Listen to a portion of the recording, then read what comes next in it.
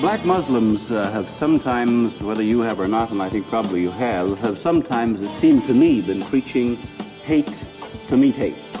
I don't advocate any kind of hate. There's a lot of talk that sounds very much like it. No, I think that the guilt complex of the American white man is so profound until when you begin to analyze the real condition of the black man in America, instead of the American white man eliminating the causes that create that condition, he tries to cover it up by accusing his accusers of teaching hate.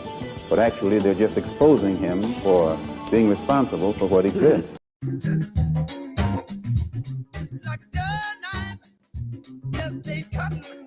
What's up, everybody? We are back for another episode of Like It Ain't.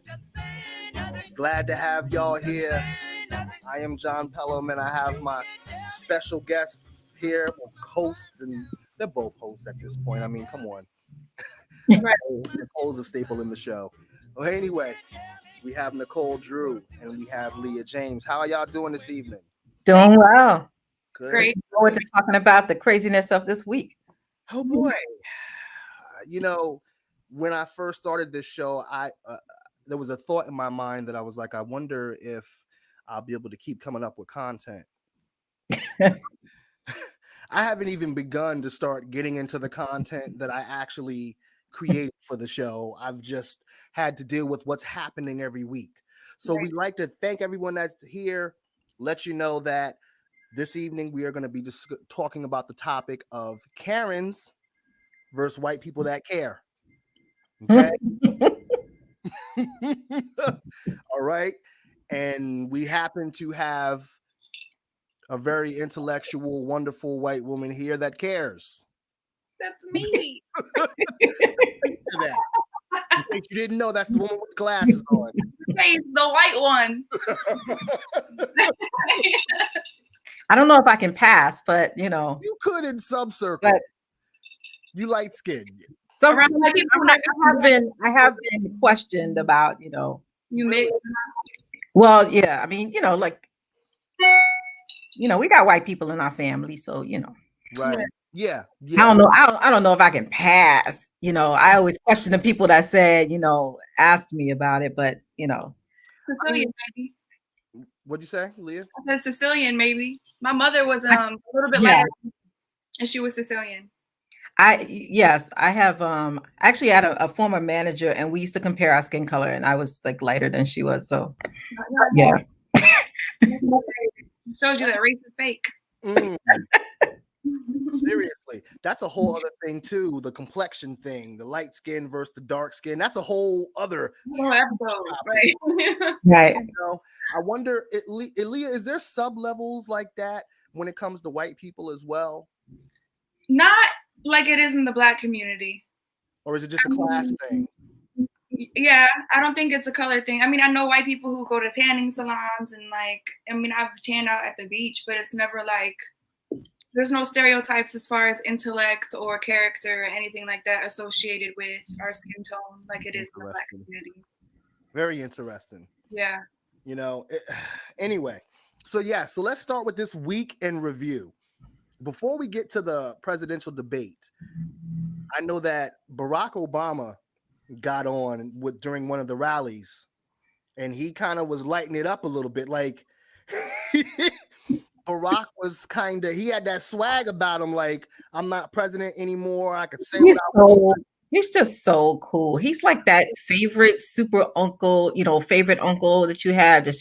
He's got so much swag. I love you know, he's good looking. Okay. You know, he can talk all day and you just be like, I wouldn't be doing that. I wouldn't be sitting there like, Barack. But I feel you. But you know what I love? It's like it's almost like when he did that when he was president and he did that correspondence dinner, and you know he's got a quick wit about him. He's funny, you know, so he's charismatic as well. Yeah. I mean, you know, he was a great package. Yeah. You know, and relatable. Yeah, I was just about to say that. Very. And he had some nice little jabs this week. He did. What did he call himself? Was he called himself Beijing Barry? I think he Beijing Barry, right? I did see the clip of that. They would have been calling him that. Was funny. That was funny. Like, I was like, wow. Like, I even saw a video online.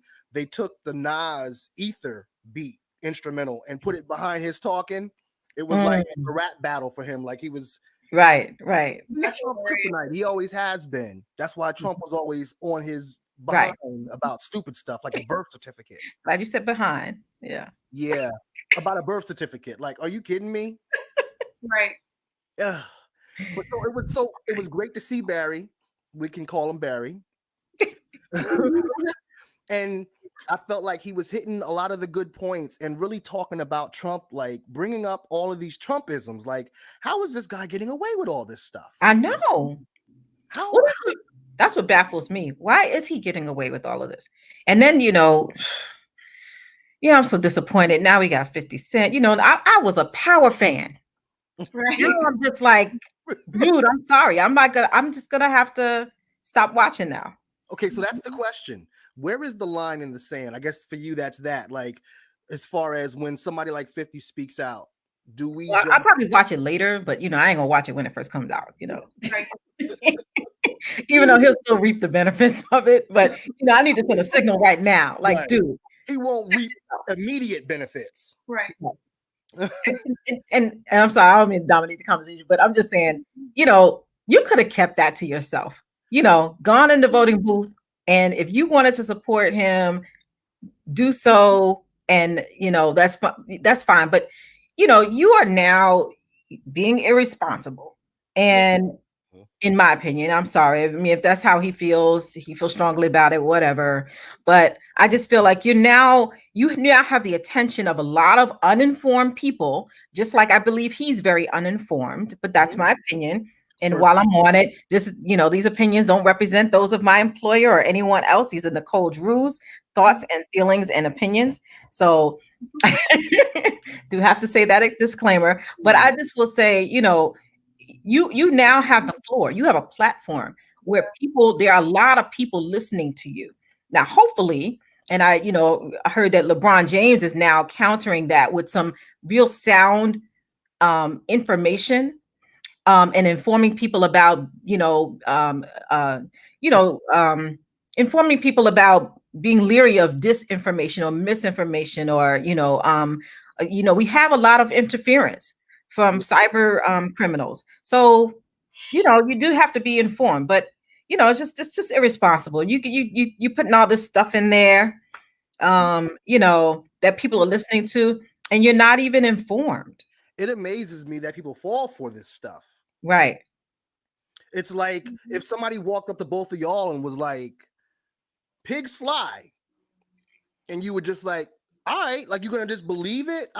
There's certain things that. But we have to remember that not everybody has access to information like we do, and people still in impoverished communities still don't have the internet. They still don't have things, like they only have access to like cable TV, which Fox News and all that. And that's the danger of it. Who still live like that, who support Trump, and that's why, because they're getting a lot of misinformation. And then even people who do have access to it, they don't know that the articles that they see on Facebook or Twitter or whatever are false. And so there's a lot of false information and lack of access to information still in 2020. Right. You're right. That false information, it even tricks people like us. Like, how do we know? Yeah. Like, I'm at a place where I'm like, because with the presidential debate, I was like, you know what? These guys are just spewing numbers back and forth to each other. 105,000 this, 30,000 that. Your brother did this, and your aunt did that, and it's like, it was so childish. Right. It is. It was ridiculous. And here's the thing, though. There's one that's been, there's one. It's one thing if you happen to misspeak and you got a fact wrong here or there, or you said the statistics wrong or whatever. You got one of the candidates who shall remain nameless, because I don't like to give him any, extra additional platform or support with his name popping up. But, you all know who it is. Yeah. He lies consistently. Yeah. Like, it's like a game. It's like, that's his thing. Oh yeah, I'm gonna say it. And then, watch this. Yeah. I'll say this and people will believe me Yeah. because I've said it so many times. Yeah. Right. His Like, following is largely uneducated. And I don't mean to say that as a jab or as like, you know, a stab to anybody, but like a lot of his following like don't have college degrees. I said that before. If you look at the statistics and the areas that these people live in, they're not knowledgeable of facts. So Donald Trump can say anything and create his own facts. yeah. Mhm. Believe it. Once he said we're gonna make America great again, he Right. could say anything he wanted after that. Because for those people that you're talking about, Leah, he sold them after that. Yep. Right, right, That's all they want is right. their America that was great. Right. He created this false sense of oppression to people who've never been oppressed. And now they're running with it. And he almost created like a false reality for people. It's really scary when you like really think about it. It's frightening. It is. It really is. And it's scary. It's scary and disheartening that people are believing in what this man is saying. Him and anybody from his cabinet. Like, don't you see that these dudes are evil? And they're all just old white dudes. I say it again. This has to be the last election that I see two old white men arguing back and forth. Like, grandfathers are supposed to be chasing after their grandkids and giving them all their money to go out for the night and stuff like that. Like, come on, like, they're not supposed to be running for president. Right. I They agree. shouldn't be. I'm tired of. Well, they're wise. I mean, you know, there's Why is it senile? I don't know. Oh, listen, a young fool sometimes grows up to be an old fool. What were you saying, Leah? Oh, I said I think Trump is a little senile. That's all I was saying. Yeah, and I think Biden's a little. you're being nice, I think, by calling it senile. Right. And Biden, no, I say Biden might be senile. Trump. Oh, Biden. Oh, I thought you were talking about the other one. Yeah. But Biden is, I don't know. There's a little, something off there too. I think because I think maybe what you're talking about, maybe like there's a delay sometimes when he's speaking, and you know, I think part of that is, you remember, he has a stuttering problem. So I think part of that is that he's been trying to control the stutter when he's speaking. I didn't know. That's why last night I was like, it sounds like he's about to stutter. And then that makes so much sense. He does. He has a stutter, and that's, you know, like one of the that's one of the things that, you know, and that's I think that's why one of the reasons why I'm drawn to him, because he's just an average person who can relate to the average American. And, you know, he, you know, just having a son with a drug problem, you know, who was trying to overcome it. You know, he got and I don't know if I'm correct, but I believe that he was hooked on drugs after, you know, with like the Oxycontin and, you know, like the prescribed drugs, you know. So, you know, but then, you know, it became an issue, and he was in the military and had to, you know, get out. And, you know, I mean, I don't know if the two are related, so I shouldn't like say too much about that. But the thing is that he's relatable. And then you have his wife, who is an educator, and, you know, even as the vice president, second lady, she still taught at a local community college in Delaware, you know. So you just have a couple that is just, and then his first wife died. You know, Jill Biden came in, and, you know, the family embraced her. She embraced them. You know, it's just, they're just, you know, average people that can, you know, relate to the average American. Yeah, I agree. Well, can you hear me? Yes. Okay, sorry. No, because I see mute on my thing. So it does, right? And okay, that's my bad. Sorry. You know, when you mentioned Biden, well, Mrs. Biden, I noticed something after the debate, that when the wives went to go greet their husbands, she greeted her husband like a wife would greet a husband. This other woman greeted Agent Orange like she was afraid. Like she finished casting the next spell. She was like, it's finished. And he just rubbed her arm. Very cool. It's so fake. You could totally tell. It is. It's like so hostage. Like, it's fake. And you know what's ironic is most of the relationships in his life is fake. Oh yeah. And it's because of the kind of person he is. You can't listen. You can't trust a person who every time they speak, they're proclaiming that they're the best at everything. How oh my God. did he last night say, I'm the least racist person in the room, even though I don't Right? know any of these. Oh my God, you're the most racist person in the room. I mean, that drove me crazy. Crazy. That narcissism I was talking about. He's a 100% a narcissist. Like it's all about him. It is.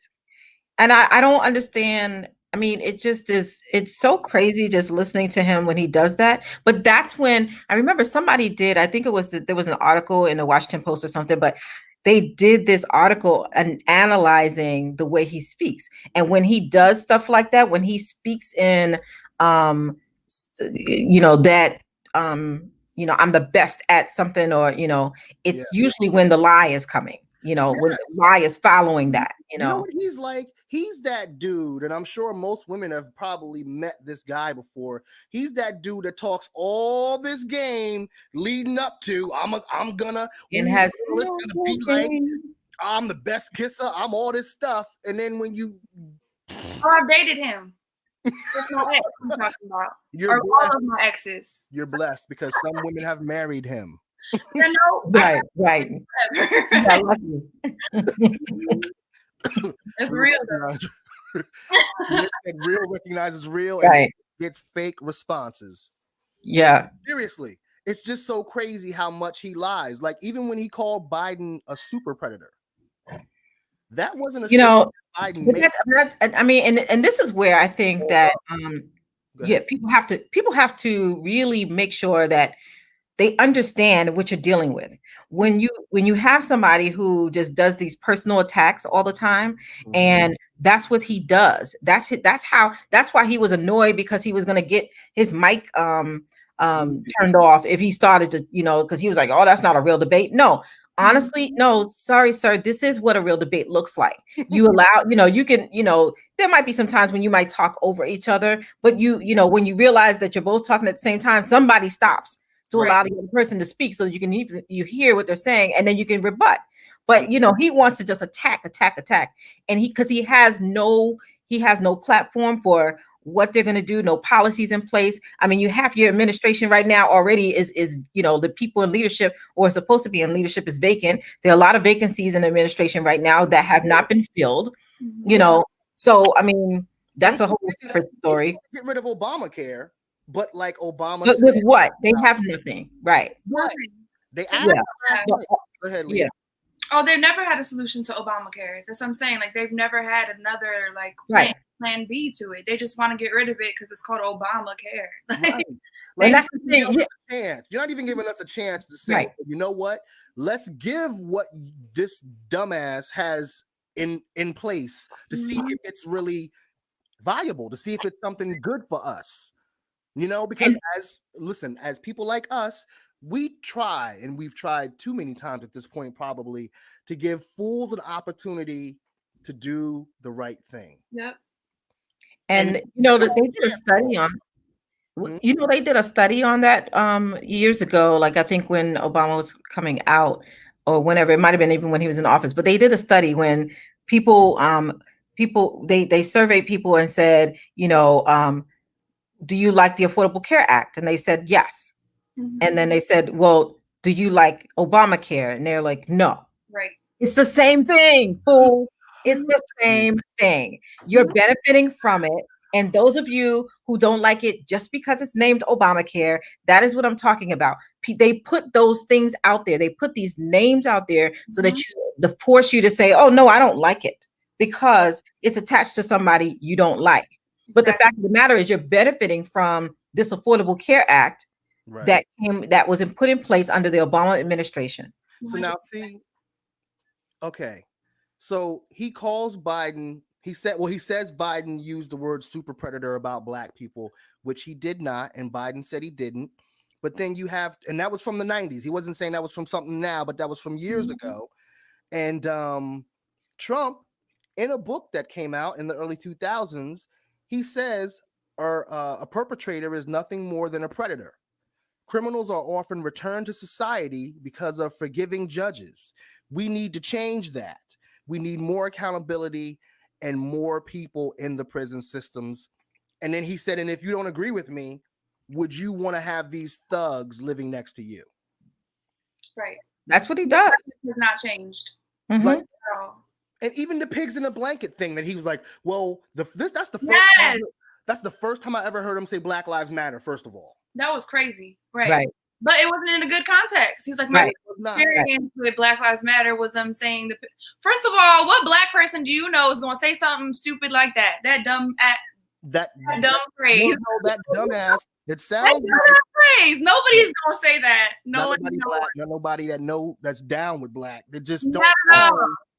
Right. That sounds white. Right. Right. It sounds white. Like white. That sounds like Karen. Said that, right. It sounds like people who don't know black people who are just trying to be down for the cause. Like, but when he said that, I think it wasn't he responding to supporting Black Lives Matter or something. So basically, he publicly said he doesn't support them. Like, he doesn't support Black Lives Matter. So how do you not support Black Lives Matter? But you have no problem saying Proud Boys. Right. Exactly. But then you say stand back and stand down or whatever to the openly racist white men. Like. Then, like look, like what Nicole Drew Pellum said. He took out that full page ad in the New York Times, on the Central Park 5. Yeah, I was glad Biden brought that up. Yeah. Because see, to me, if I was going against Trump, I would have from jump been like, look, the American people knows that you're a liar. You lie in your tweets, you lie in video, and there's everything real information that backs up the fact that you're lying. So you can say whatever you want. You can throw numbers at me. You can say my brother is getting money from Iraq or Iran or China or wherever. No one's going to believe you because you're a liar. Exactly. You're that kid in the playground that always lied and said he made the winning shot, but come on. To benefit himself. The sad part is there's a group of people who do believe him. And that's why I'm saying, part of his strategy is to say, like, we didn't get to talk so much about his hidden bank accounts with China. I mean, he says things, he attacks the other opponent with stuff that he does. Even he was talking about Hillary Clinton. Dude, you are in bed with all of the business and business people. So give me a break. And then we talk about stacking the court. You've already been doing that across the nation. The audacity of this man. And then you're blaming him, Yep. The audacity is crazy. Because you're right. Anything he mentioned about money, about taxes, about anything, I would have been like, you paid $750 in taxes as the president, and you've paid more in taxes in China, but you're our president. So how does that go? So now I see Lynn said Trump's whole legacy is trying to erase President Obama's legacy, which it could never do. Yes. Nope, never could do. Vic also said 45 has referred to Black Lives Matter in a derogatory way a few times. Very true. Yeah, like in a presidential debate, that was wild to me. That's the second time he's incited violence towards Black people in the presidential debates alone. Like blatantly, openly. Like to me, that's crazy. Like at this point, like pigs in a But that's the thing. Why are we surprised? That's why I'm just I don't understand how he gets away with this. Right. And then how people just feel like, oh well, I'm still undecided, How? How? Like, it doesn't make any sense. And back to that. What's that? So it's so surreal because back to that blanket. I need to get back to that real quick because y'all were on a great point. Leah, can you hear us? Yeah, I can hear you now. Okay. Sorry about that. That's not all good. The pigs in a blanket. That's just not something we would say. And I saw a woman on MSNBC who said she is a part of the Black Lives Matter movement, knows a lot of people in the movement, and was there at a March for Eric Garner when she noticed that there was like a small group of other people who weren't marching with the Black Lives Matter protesters screaming stupid stuff. In fact, they were screaming something about pigs in a blanket. Because again, for me, anytime I've heard Black people scream anything about cops, they're talking about, we must stop the racist police, or Right. they're saying just get rid of them. There's no side talk.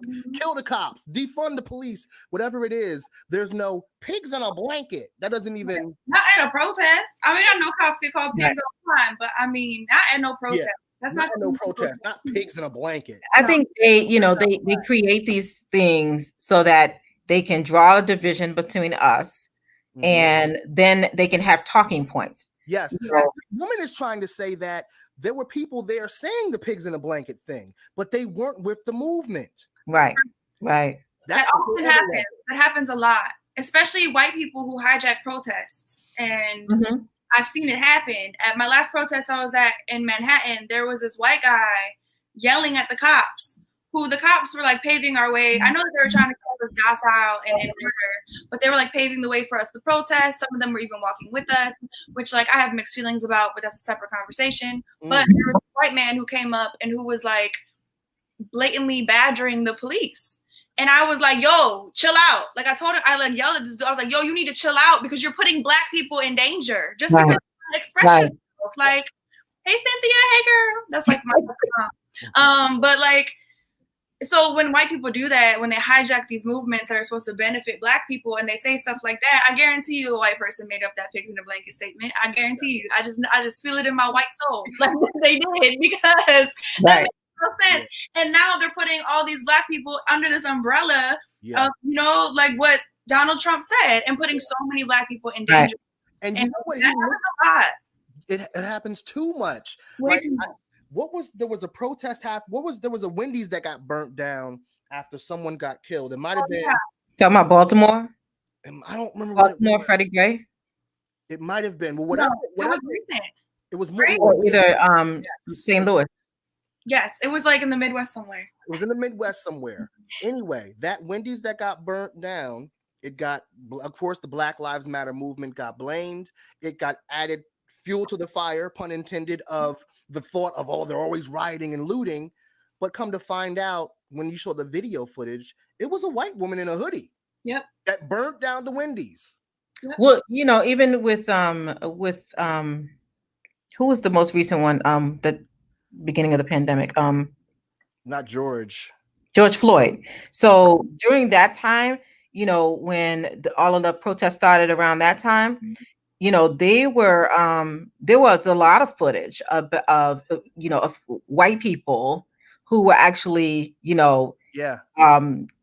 vandalizing the police buildings and different buildings and stuff, because that's what they want. They want that footage, and then they want it to look like this is as a result of these protests. It's all it's manipulated, and that's what I'm saying. When he puts out these little tropes and just he'll have these little key words that he's gonna say, and these little sayings, and he throws them out, and as if he wants to put it onto someone else, and then he wants it to pick up, so everybody else starts saying it, and then it becomes true, and then it just and then it starts trending as if someone said it, and it really was just him. Remember, this is the same guy who faked being a reporter or something, like he was trying to it's so sad. But you remember this, when they were talking about when he, oh gosh, I'm trying to remember exact thing that he was doing, but it was like he was faking being a reporter or something. No. And then to say that he was calling to shoot, I'm sorry, I shouldn't have even said it, but it was like he was basically just like trying to pretend he was somebody else so he can say that, oh, that Donald Trump, and like, we know your voice, you prick. Yeah, but he was trying to pretend he was someone else to that's really odd thing for himself. Year of craziness. Like what? Like right. How did we get here? Like it's so surreal, like that we're in this place. You have a president who is in a presidential debate saying the things that he's saying. It's just unreal. It's and Cynthia and Lynn both answered the question. They said it happened in Atlanta. The Wendy's was in Atlanta. Thank you very much for that. That we don't even know, because this happens so often that we have right. And shout I out to did Wendy's because I think the Baltimore, when that happened too. I think in Baltimore after Freddie Gray, I think there was a Wendy's that was vandalized too, I believe. Poor Wendy's. And then the Antifa thing. How did they connect Antifa to us? Anyway, Him. This is another one. He puts these things out there, and he's hoping that people will pick it up. Yeah, and run with it. Because and shout out to Athena. She said there's a larger group of people that believe him. Absolutely no fact checking. Yeah. Right. Hopefully that larger group is smaller than you're saying, and then what we think. But there is a large group of people that just listen. I don't always fact check my daggone self at this point. But raise your hand if you're concerned. There are an increased number of GOP supporters who are getting registered to vote. Right. Yeah. And I will say, I'm really getting concerned. I didn't think we'd be here last election. And then when he got elected, I was like, what? How did that happen? I was surprised. So Leah said bricks were planted at the strip malls in Willingboro, New Jersey during the riot, hoping people would use it. It's happened in Trenton. Like 10 minutes from my house. That happens almost every protest. Everything that happens, the police know ahead of time that there's probably going to be a protest breaking out in these inner cities or more diverse places where Black people live. So they go and they plant bricks and they plant rocks. And there's been proof of this over and over again. And even when they rioted, the people that they caught rioting were not even from Trenton. They were from a town right next door to us in Hamilton. So they're coming here destroying businesses they don't even, use. Yes. Thank you, Len Small. He was faking being a publicity person and bragging about he's this and he's that, and trying to make himself look a bit larger than life as he knows does. But he was faking being some business publicity person. He was like, doesn't Donald Trump have big hands? He's got big hands, right? And they're like, who is this? Whatever. My hands are big. I think I just did that look in Mikkel's profile picture, like right. And one other thing about him before we go to our next topic that I want to say is when he mentioned Black Lives Matter and he was like, well, you know what?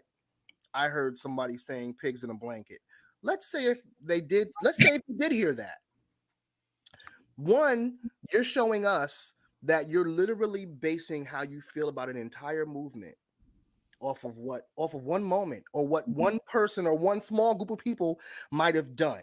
Right. In a microcosm, that is the energy he's put out to this country and the train of thought, where it's like as soon as something happens, boom, that's it. And it's that. There's no gray, there's no learning, it's like they don't allow this movement to make mistakes. And for us, guess what? We have the right to say pigs in a blanket or to say anything we want. Exactly. For so long, we have been docile. We've been dumbing ourselves down. We've been trying to be polite. We've been giving them another chance all the time. But then when we say pigs in a blanket or Colin Kaepernick wears a socks that has a pig on it with a cop hat and it looks like he's being killed, was that cool? No. But when do you ever sit back and say, why are these people saying these things? Right. Man, screw him. Yeah. I mean, well, first of all, I remember pigs in the blanket when I did eat pork. Memory. They were actually pretty good. My mom used to cook those little, as hors d'oeuvres. But that's the only time I've heard Black people talk about pigs in a blanket. Right. Because let me tell you something. If pigs mean cops, which in a lot of slang it does. Yeah. Now that I've heard, yes. We ain't putting no cop in no damn blanket. You don't care about his warmth. Line his ass up. You're just a pig. That's it. Right. And keep in mind too, he gets this stuff too off of these white supremacist groups, blogs and stuff like that. And just so he doesn't fact check either. He has whoever's in his ear saying, hey, this, that, and the other. He'll be on these, anti-Black, anti-anybody else except white people's groups, white supremacist groups, and he looks at what they're talking about. A lot of these talking points that he has, they are they have they are the ones that start these little quotes and things that he's saying, and then he just has the platform to throw it out there and make it grand. Things on the internet, they were showing examples of how they were like cropping images of one person in a different background together, and articles of different pieces of articles to make it seem like, look, this person did this, and then they give you a link that shows this person did this. And what happens is on the internet is people tend to gravitate to the information that fits their stance. Oh, they're scrolling and they see something that says Trump did blah, blah, blah, and he's messed up. You're going to read that. But if it says something that says Trump did blah, blah, blah to help Black people, you're going to scroll past that. Now, I'm not saying he helped Black people. Yes, please make that clear, because I'm sorry, dude. I don't know what world you're living in. But, well, actually, we know you're living in your own world. Yes, he lived in Hannity and Limbaugh, but just you haven't helped Black people. Did you hear when he compared himself to Abraham Lincoln? Oh my God. But you know what? Look, I like when Biden was like, okay, Mr. Lincoln. And then he didn't even catch the vote. And I'm like, you called yourself Lincoln. You didn't even catch the shade. Like, and first of all, Abraham Lincoln did not free the slaves because he loved Black people. He did it because it was a political move. And slavery didn't end, and Black people weren't free and still are not free to this day. So to compare yourself to Abraham Lincoln in general just shows that you are ignorant, and you're pandering to your ignorant supporters who think that Abraham Lincoln was this pro-Black president when he was not. He did it for a political move to benefit himself. And it had nothing to do with the love of Black people. So when he said that, I'm like, you just showed your ignorance, because any educated person would never dare compare. And I'm glad that Biden schooled him. What? Right. Go back and check your history books, dude. Again, he's always saying, I'm the best, I'm the this, I'm the least this. There's never, and I appreciated that Biden, when they went to him about the criminal act that he passed, which people don't talk about this, but also along with that criminal act was passed, there was also an automatic weapons act that was passed along with that, and an act to protect women against abuse. But see, that stuff is not talked about, and they don't talk about how there were Black pastors who were lobbying to make sure that these people passed this bill at the time. Right. Black people in general, not all of us, but a lot of us that were speaking publicly or could speak to the Congress were saying we want this bill. And now they're trying to play him, but not play him, use it against him. But I like that he took it and said, I made a mistake. Yeah. That's what I want in a president. Right. Say, we made a mistake. Right. And the thing is that, they're trying to get away from the Violence Against Women Act. There's a lot of things that, while we're focused on Stormy Daniels, Michael Cohen, and all of these other people, worrying about who he's sleeping with and all of his outrageous things that he's doing, he's on the back end taking away people's rights, taking away fair housing rights, taking away, just equity. I mean, look at how he was trying to, mandate that people can't do this diversity training. Yeah, that's crazy. What is that? Right. Distraction. Exactly. It's madness. So we're going to get past that nincompoop and get to some other different kind of nincompoops. The white. I mean, the Karen. I love the whites because it gets people so frustrated. I'm like, but people say the Blacks all the time. Like, tell us about your folk. That's interesting. Yeah. I don't know them. She said the whites. That's interesting because they do the Blacks and right. Interesting. This sounds so funny to me. This topic. Me too. Nincompoops. Nincompoops. I just love that word. It sounds funny. but it describes them in an old school way. So Right. I'm with it. So yeah, these nincompoops. So you got Karens, who are these white women who are calling the police on black people. It's both men and women, and versus Karen, white people who care. Right. Okay. And we want to highlight both because I feel what happens in a lot of cases is the Karens get talked about way more. But that's just like with black folk. The black folk that are out there shooting, wilding, selling, those are the ones that get glorified and seen. But the black folk like Nicole or like myself, they don't want you to know that we exist. Of course not. Right. So we need to highlight white people that care because they're essential. You talk about essential workers, they doing some essential work because we need this. We're in this together. I agree. And I've said this before many times on this podcast that you can't dismantle a white supremacist system without white people. And like, I've been like this my whole life, like very outspoken, like my whole life. Before this was trendy, like before Black Lives Matter was a thing. And that's not to brag about or to say that. And like, you know, I was uneducated before. Like I would say like inappropriate things. I've said the N-word before, but where I'm from, everyone says that. Like people would call me that, not in a derogatory way. No. Like a term of endearment.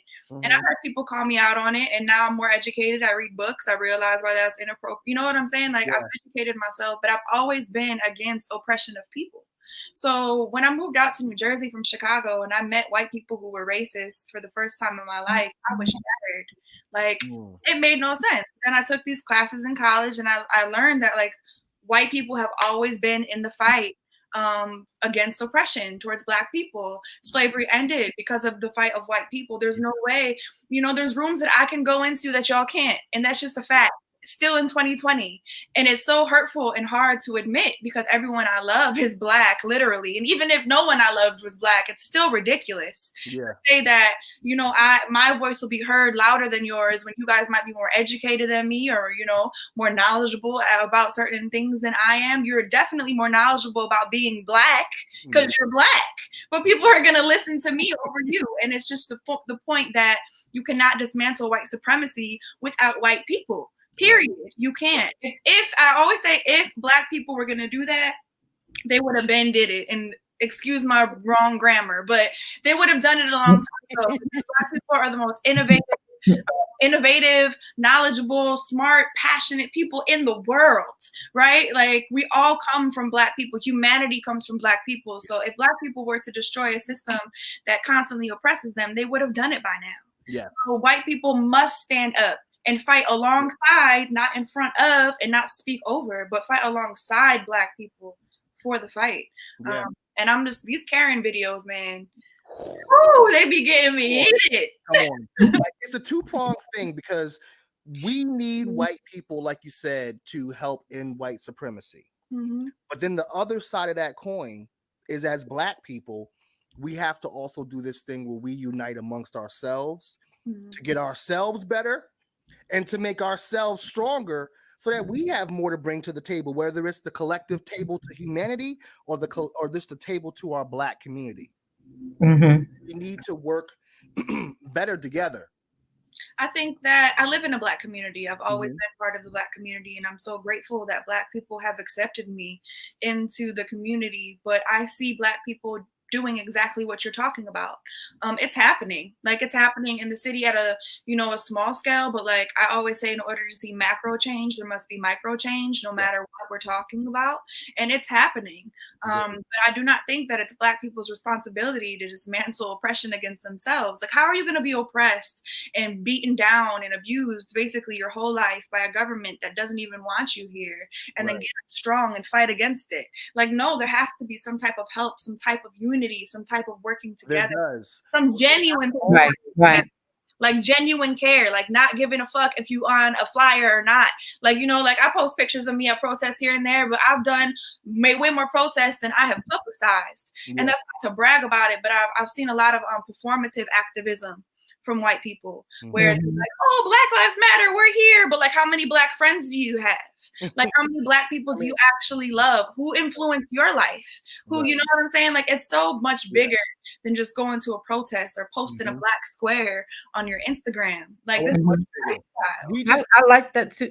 I like what you were saying. Well, first of all, I mean, just kudos to I love this girl, Leah James. I love you too, girl. Yeah, she's just awesome. But just one of the things you guys, I don't know if you know Killer Mike, but and the person from Georgia, I'm sure knows Killer Mike. But I like that he reached out to there's I want to say CNN, but it might be MSNBC. But there's a there's a news anchor on one of those stations, and she's from Atlanta as well, but they were from two different worlds in Atlanta. And that's what she was saying, that she attributes Killer Mike with coming to her to say, hey, you gotta understand my world too. And I need to understand your world. And I think that I like the fact that they, she was talking about how when it wasn't until she formed that relationship, because he was like, how many Black friends do you have? And then they formed that relationship, and it opened her eyes to, and him too. It runs both ways, because, there are a lot of Black people who are stuck in their world as well, who don't understand white people and why they think the way they do as well. So I think it is about really, bringing the two together and having that conversation. But the other point is, one of the great points that you made, Leah, was, sometimes white people need to hear from themselves in order to understand the other person. That's what I'm saying. We have to clean in our own homes before we go outside and start sweeping up the yard, the street, and everything with everybody else. There's certain things, to me, that white people have to deal with in house, like their own people, putting their people in check as far as the racism and things like that. And Black people, there's certain things that we got to get right as well, regardless of the reasoning, or it's because of the system, or for white people it's because of whatever. There's certain things that we got to take care of in house, right? And then we go outside and we're working together. Now, sometimes we got some of these other people that are in our house with us, like Aaliyah. She might be in the house with us cleaning up already, or somebody else, who knows? But whoever that in-house community is, because the community doesn't just mean just Black. Sometimes it's a state of mind, people, like-minded people. Yeah. Poor white people don't realize how much they're affected by a racist system. Right. Because Trump is not helpful to them. Right. If you grow up in so if you look at impoverished communities across the country, the demographics are usually Black people, Black, Hispanic, immigrants, and then there's a few poor whites sprinkled in.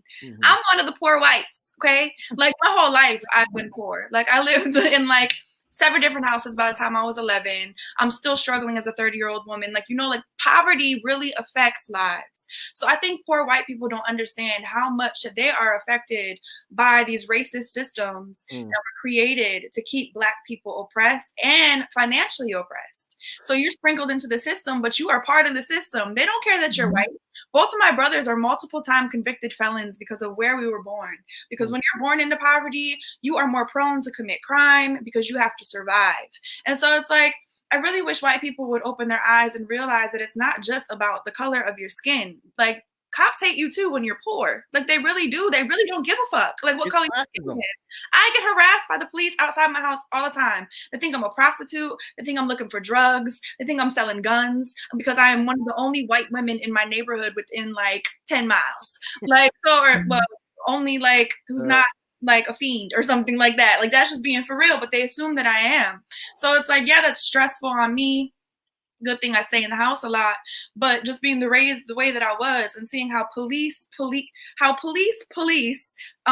communities and the demographics of these communities, how they're most likely Black, it's really insane. And I feel if white people just took the time to educate themselves and to realize that you are not exempt either from being harassed by police. No. And Green is actually from Joliet, where I'm from. She's my sister, basically.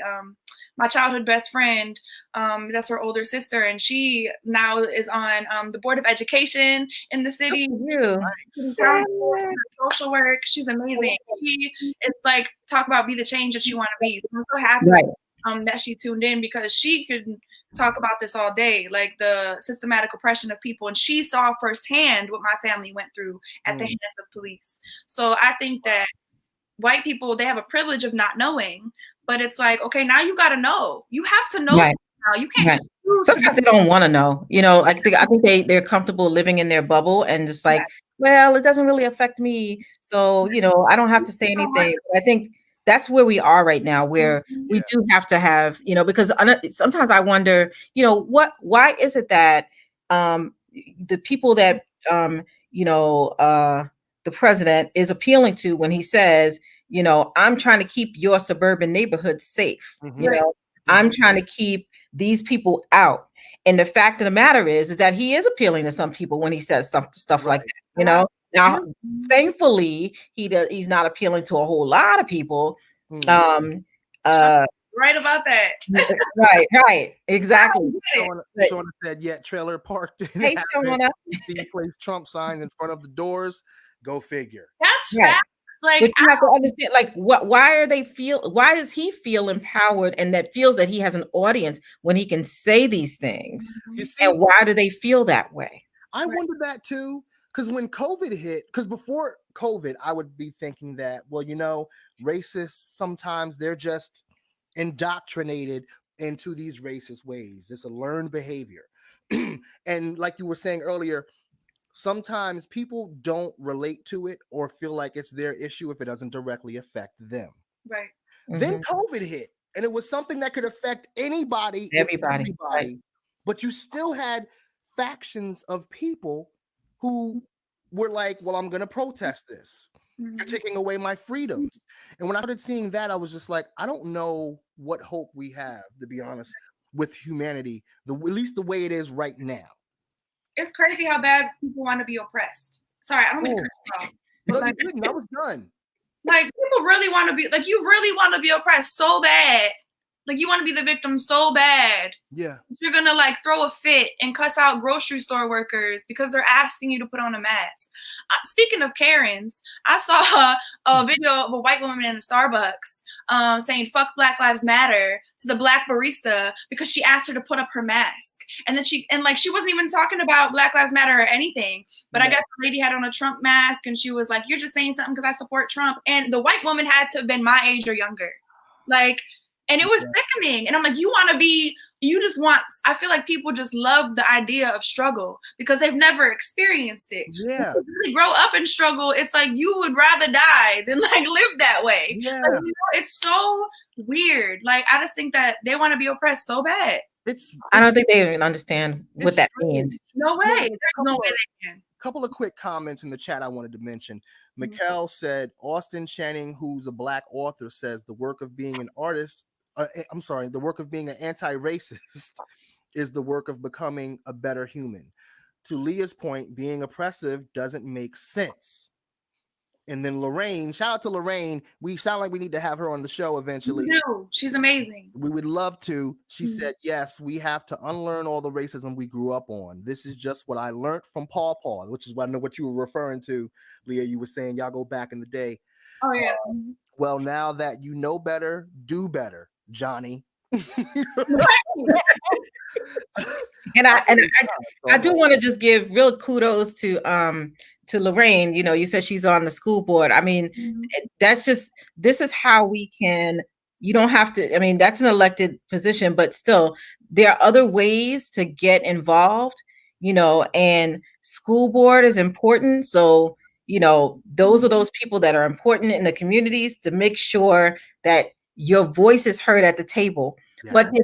But it also just linking it to this conversation, it does provide an opportunity for people. So people who might be the Karens with the K, they may have an opportunity to see the Karens with the C, as well as some other people from different, who are different from them, and see that, maybe what I thought about this type of person, like maybe what I thought about Black people is not so bad. This person is actually, she's on the school board working with me, and she's not the person I thought Black people were, and then it could be the other way. Those Black people who are saying, well, white people this and white people that, and this might be an opportunity for them to see another side of a white person as well and change people's thinking. So I think that allowing people to get on voice your concerns, voice your, make your voice heard by being on these boards and commissions and, being involved in the community in some way. But also it's an opportunity for us to merge the cultures so that we're listening to each other and realizing that we actually have the same concerns in our neighborhoods. Yeah, we really do. Like if people just took a second to sit with somebody, to laugh with somebody, they would see that there are a lot of similarities, between us. Like, we have way more similarities and differences. Come on. That. We're humans. Perfect example, those memes that be like growing up in a Black household, like, and they show like a crock, like the thing of butter, but you open it up and it's like leftovers or like something like that. Like, you know what we're talking about, right? Yes.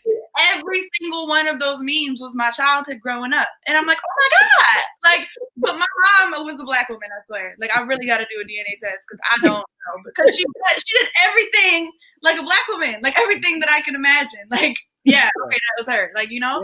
So, but from growing up around Black people, and then also my sister who's married to a man from Pakistan who is darker than both of y'all, like living with them, I realized, like we actually have things in common culturally than we do different. And they're Muslim, they're from a different culture, like, and there's so much more in common. We're all human. Separate. And like you saying that, I didn't mean to cut you off, but I think it's so important for us to realize that, because then it won't make it so hard to approach somebody that you don't know or doesn't look like you.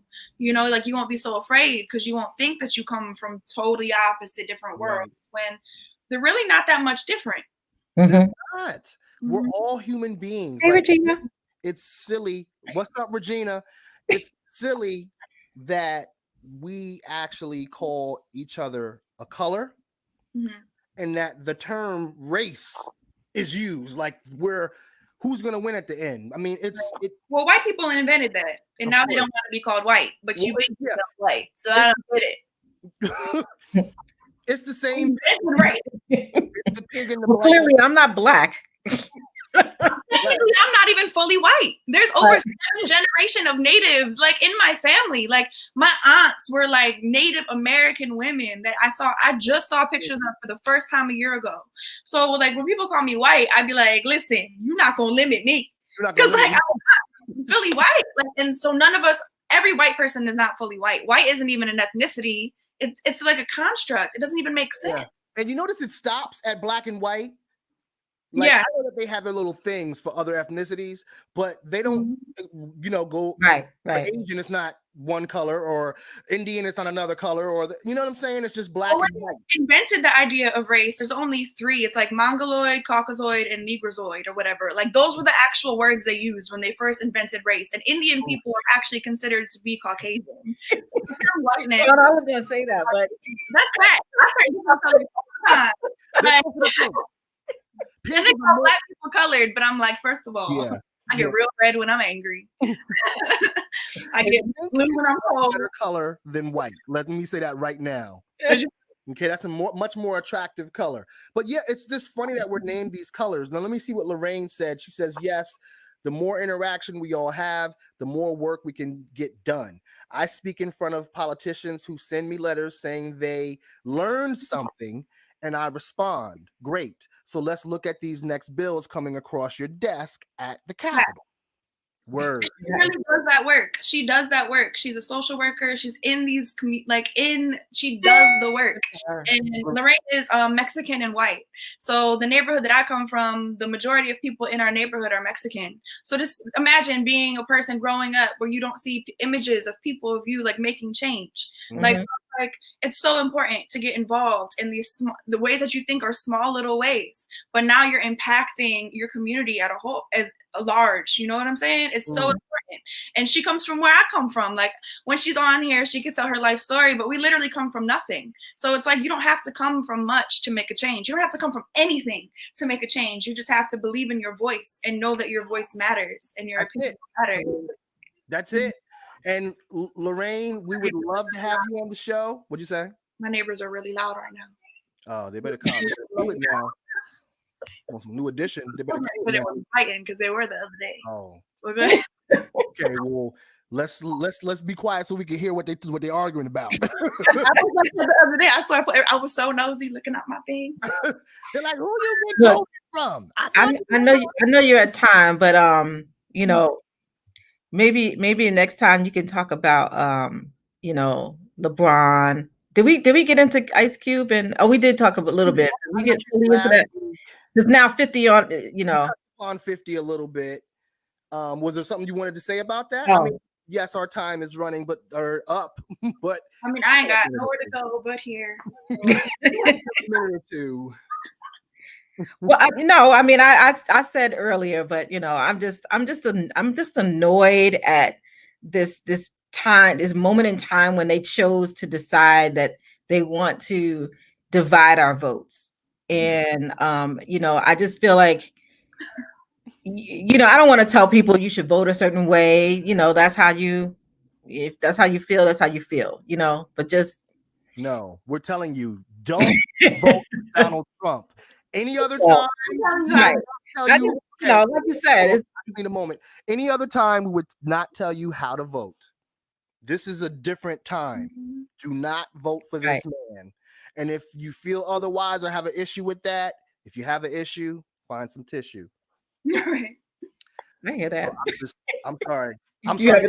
But see, again, you being friendly black. We gotta cut that out. I know.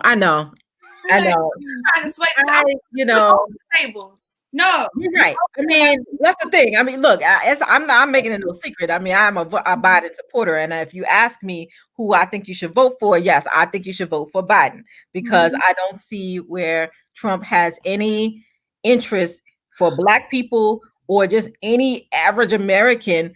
I don't think he has the America itself. No. I don't think he has its interest at heart. That's the whole thing. He has his own and his family's own interests at heart. I believe that, yes. So whatever is going to benefit him, whether it's, you know, money overseas, relationships overseas. I remember that. You can kill what I twist and I won't be my wrist. That sounds so old school. That sounds like salt and pepper. Really old school. Right. I'm just, you know, I'm just like super duper annoyed at these Black folks and these rappers who are coming out when you got a significant number of young people who are not informed. You have a lot of people who are living in low socioeconomic areas, or even if they're not in like a low socioeconomic area, but they are from a group of people who don't necessarily follow politics. So they're looking for somebody to say, hey, tell me what to do. Tell me what to do. And when you feel like you're confused, you don't go out and vote.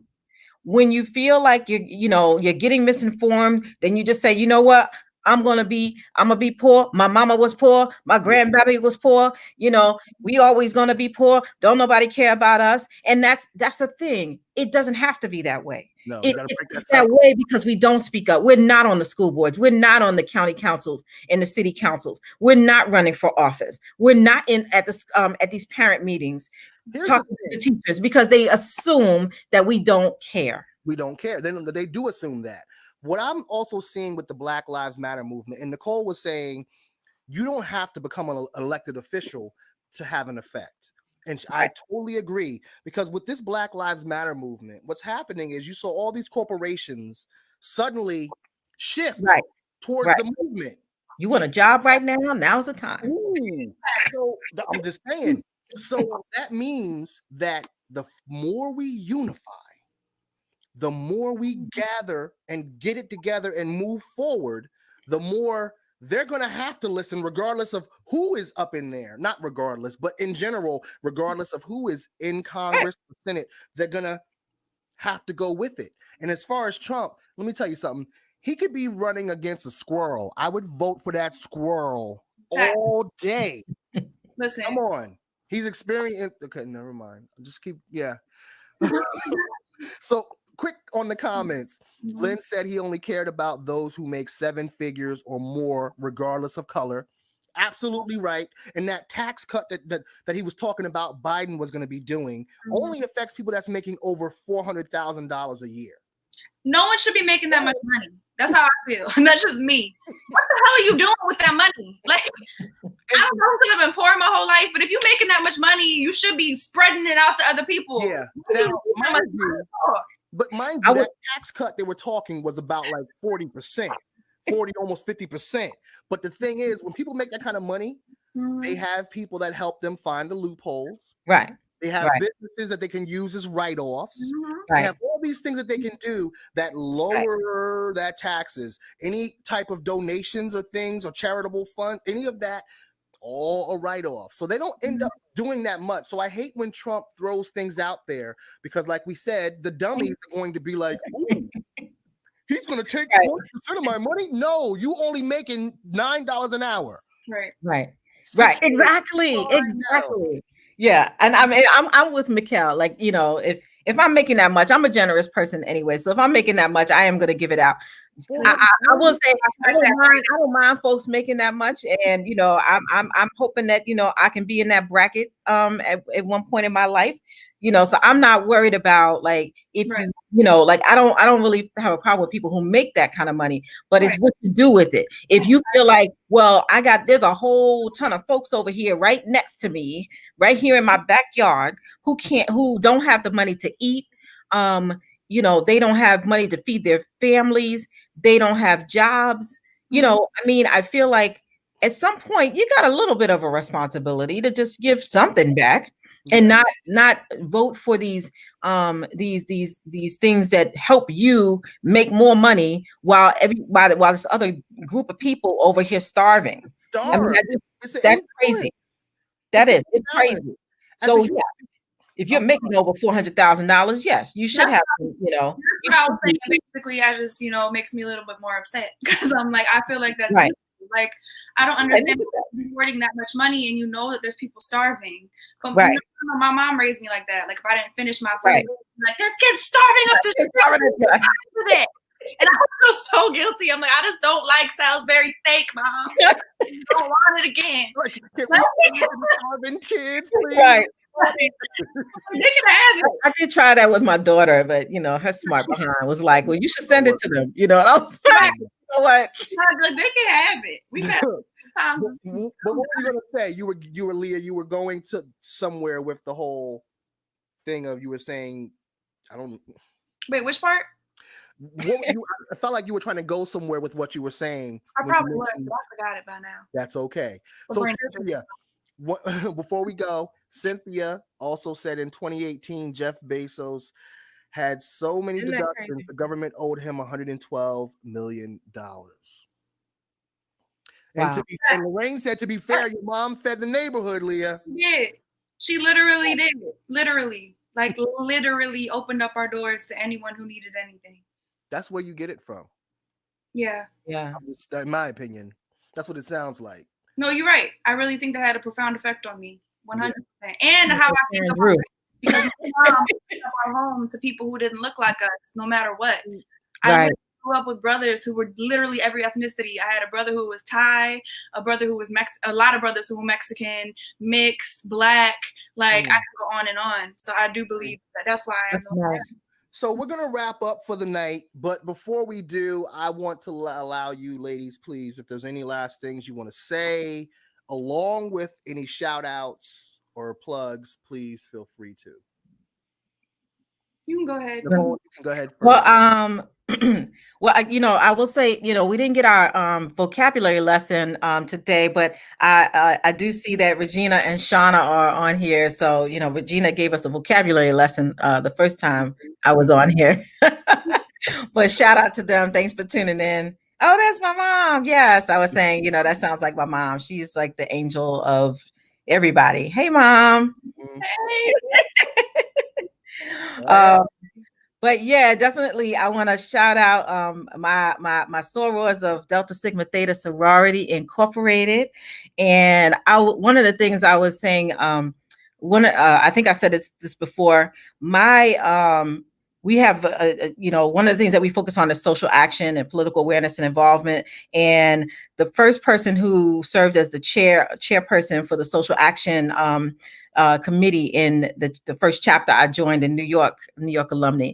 And She said, if your congressperson doesn't know who you are, if they don't take your phone call when you call, then you got a lot of work to do. And I just feel like, those people who are out there who are doing it, and I know there's some people that's not their thing, but those of you who are in the trenches, if it's not your thing, get your voice heard to that person who it is your thing, who it is their thing, so that they can make your concerns heard to the right people. But those people who are in the trenches, keep doing it.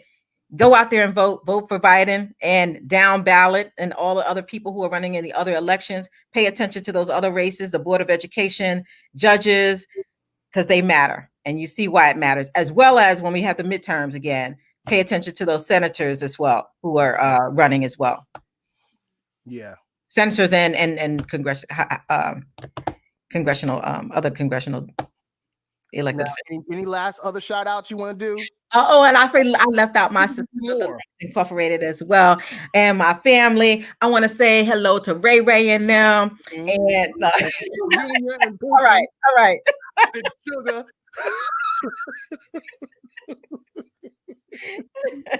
Leah. Okay, I'm sorry. Go ahead. My turn. I want to shout out my hometown. What'd you say? I'm sorry. When you're done, I want you to just briefly speak about that shirt.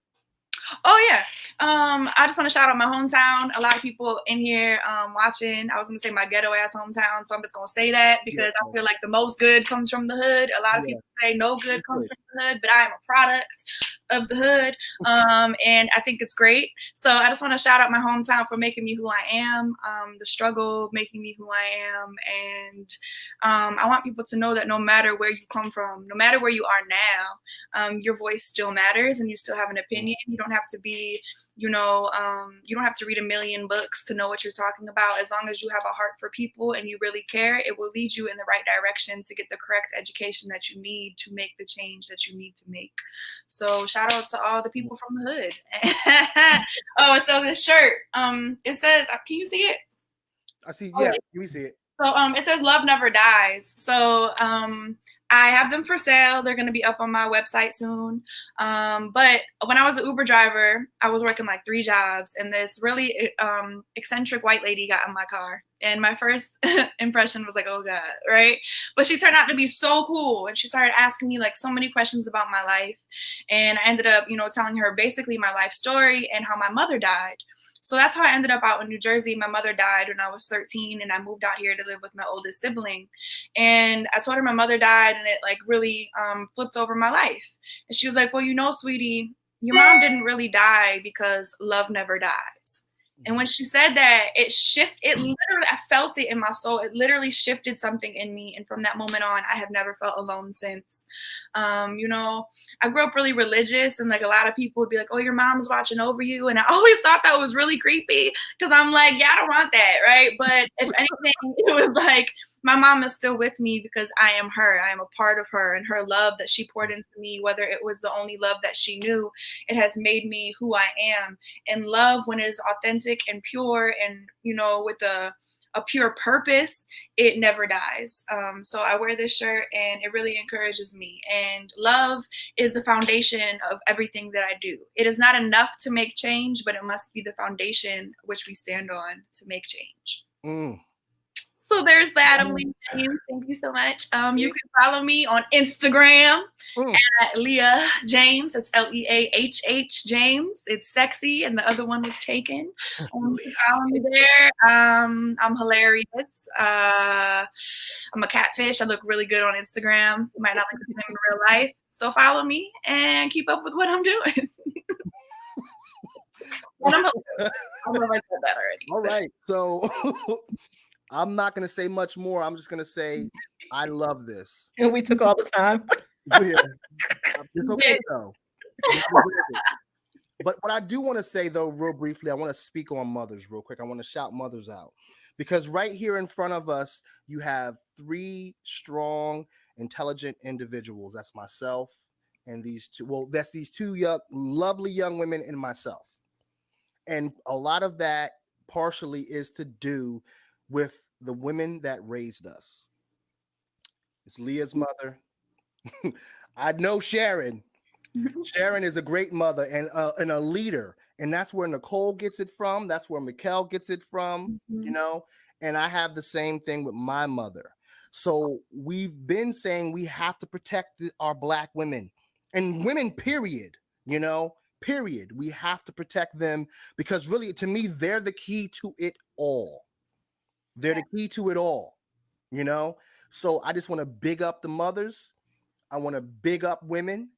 I want to also big up Nikki Reed for checking us out. We thank you and salute you for checking us out. Cynthia Holland Smith, Lorraine, I'm just waiting to find out what episode you coming in on. Regina, we appreciate y'all all so much. Leah has a village. I am one of them. Word. I am as well. I love y'all. Don't make me cry because I did my makeup.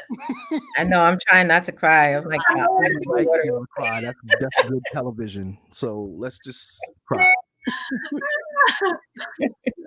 No, but seriously, we love y'all. We appreciate y'all. Let's keep these conversations going because this feels great. I'm gonna be pacing the floor for the next few minutes. Like, yo, this was good. Yeah, this made my day for sure. Same here. So next week we will not be on. Okay, we'll be back the following week, but please make sure you vote. Okay, this is the last time we're going to see you guys before the election. So make sure you vote. Okay, don't vote for Trump. And don't believe that. Girl. Right. And don't believe all that nonsense that's out there right now. Don't believe the hype. Yeah. And think about this. If the stuff they're talking about with Biden was true, it would have come out when he was vice president. Yeah. That's right. I mean, because please, we should just be talking about the presidency of this nincompoop all this time. Like all you almost can't even remember all the stuff he's done because each week he's doing something else. Right. So him, these internet dummies and the negative folk, I'm telling all of y'all listeners right now, keep pushing forward. Don't let that sideline stuff distract you. Okay. The shirt. Shout out, Corey. Oh, what's up? He made the shirt. Word. Cool.